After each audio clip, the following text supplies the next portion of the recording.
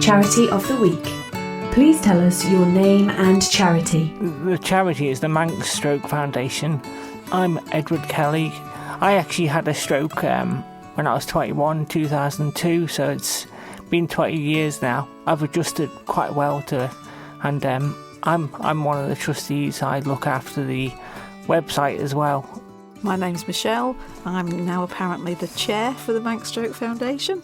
Prior to that, I was the coordinator for the Stroke Association for 5 years, which is how I got involved with the foundation. How did the charity start and what is its purpose? So the charity started in 1997 by a small group of health professionals. A number of them are still actually on the committee. They recognised the need for support after discharge from hospital, got together and came up with the idea of forming the foundation to support people after discharge in the community. Tell us about your team. Well, our president is Dr. Thomas, so a lot of people who've had strokes would actually know Dr. Thomas. I mean, he's heavily into his stroke research and everything like that. So we've obviously got chair is Michelle. The secretary is Maureen. She used to be a speech therapist. Right, we have the treasurer, which is Robin Redden. We have another trustee, Liz. Her and her talented volunteers run the art group. Trish, I didn't get much of a description for her, but she used to be a physiotherapist, which again is another big part of stroke recovery. Now Enid, retired hospital social worker. So we do have a good set of trustees. Who is the charity for? The charity's for anybody who has experienced a stroke or a TIA on the island, including family and carers. So yeah, any involvement whatsoever, then more than welcome to come and have a chat with us and see how we can support them. Which other organisations do you work with? So we've got close links with the Stroke Association, both here and in the UK, but we actually have close links with any other organisation that will support our members.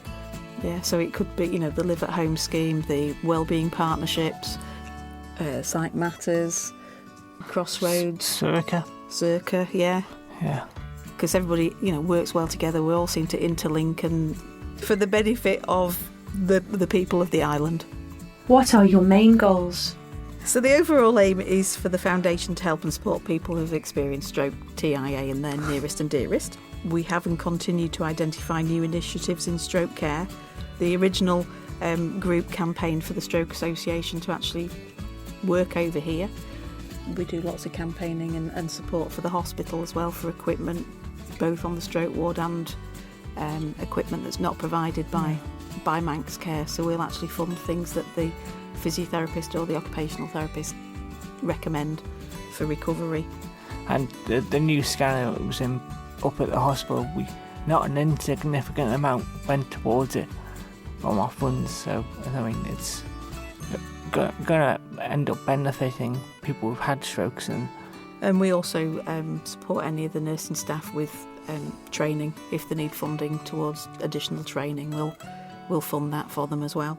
How is the charity funded? Purely by donation, whether it be people doing fundraising, charity events through work, gifts in wills, and occasionally we go out and do something, but usually we'll stand at ShopRite, and what we used to call the bag packing is now standing at the table, smiling sweetly to people.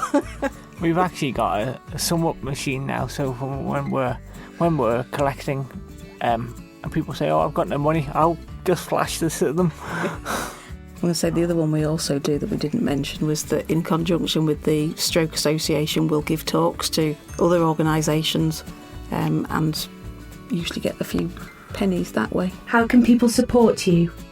A popular one is by setting yourself a challenge and raising via our Just Giving. So if you search for the Manx Stroke Foundation, we've actually got a Just Giving account. We also have PayPal, which is again on the website. Donations in lieu of flowers, like a funeral or something like that. Corporate payments as well. So people like with the charity, being picked Charity of the Year, or say Dress Down Day contributions. That's quite a good way. By leaving a gift in your will, that's monetary support. But you mentioned about the volunteers before, and it's maybe helping out at club nights. Just by coming and chatting to us, meeting up with us, whether it be on one of the social nights, or we can meet individually. They can phone us, they can email us. Where can people find out more? We have our website. Well, it's just our name, charity name, Manx Foundation, not .com, .org. So manxfoundation.org. Now, for those of you not online, I've been given permission to give out Michelle's personal phone number, 222-102. The Charity of the Week. Profile complete.